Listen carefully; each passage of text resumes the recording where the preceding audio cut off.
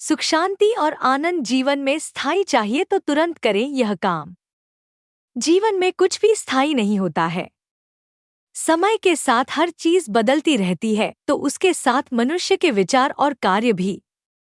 हर इंसान की इच्छा होती है कि उसके जीवन में सुख शांति और आनंद स्थायी रहे, लेकिन ऐसा होता नहीं है।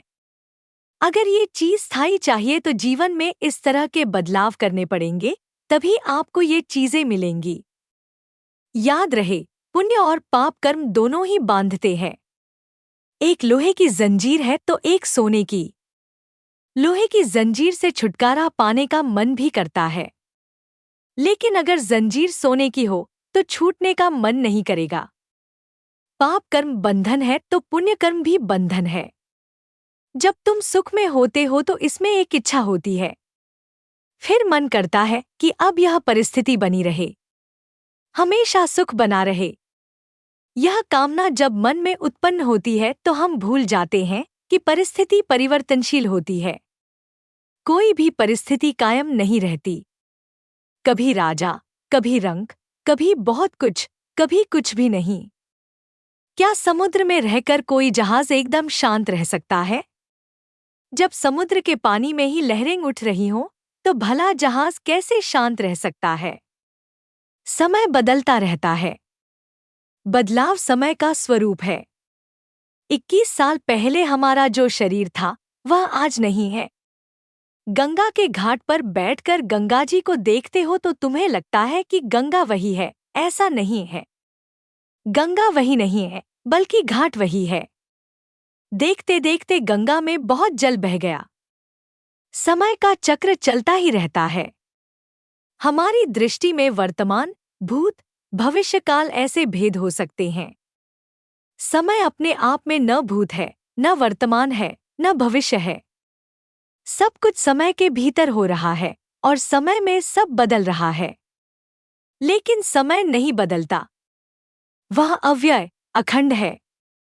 यह समय, यह काल परमात्मा का ही स्वरूप है।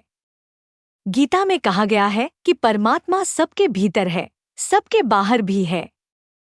जो भीतर है उसको हम अंतर्यामी कहते हैं और जो बाहर है उसको हम काल स्वरूप कहते हैं। अंतर्यामी है प्रभु। तुम्हारे भावों, तुम्हारे विचारों सबके वह साक्षी हैं। तुम उनसे कुछ छिपा नहीं सकते। बाहर वह काल स्वरूप है। भीतर है तो तुम्हारी सांसें चल रही हैं। मजे की बात है, भीतर रहकर वह जीवन दे रहे और बाहर रहकर वो जीवन हर रहे हैं। हर सांस के साथ तुम्हारा जीवन नष्ट होता जा रहा है। जिस तरह से प्रकाश और सागर की तरंगें होती हैं, वैसे ही हम भी एक तरंग हैं, चैतन्य के महासागर की। उठी हुई तरंग को जीवन कह दो, लेकिन वास्तव में वह तरंग पैदा नहीं हुई। वह उसी चैतन्य के महासागर में तुम्हें दिखी। वह दिखना जब बंद हो गई तो उसको चाहे तुम मृत्यु कह लो। वास्तव में मृत्यु जैसी कोई चीज है ही नहीं।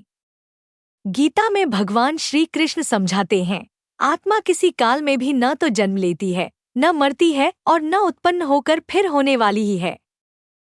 यह अजन्मी, नित्य, सनातन और पुरातन है। शरीर के मारे जाने पर भी यह नहीं मरती। मनुष्य के जीवन में 3 बातें हैं: शोक, मोह और भय। शोक इसलिए कि आनंद नहीं है, मोह इसलिए कि सुख नहीं है और भय इसलिए कि शांति नहीं है। तुम चाहते हो आनंद, सुख, शांति और ये तीनों स्थायी हो तो शोक, मोह, भय को छोड़ो।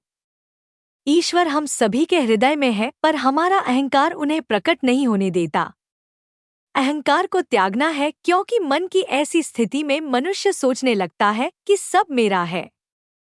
यह विनाश का मूल है।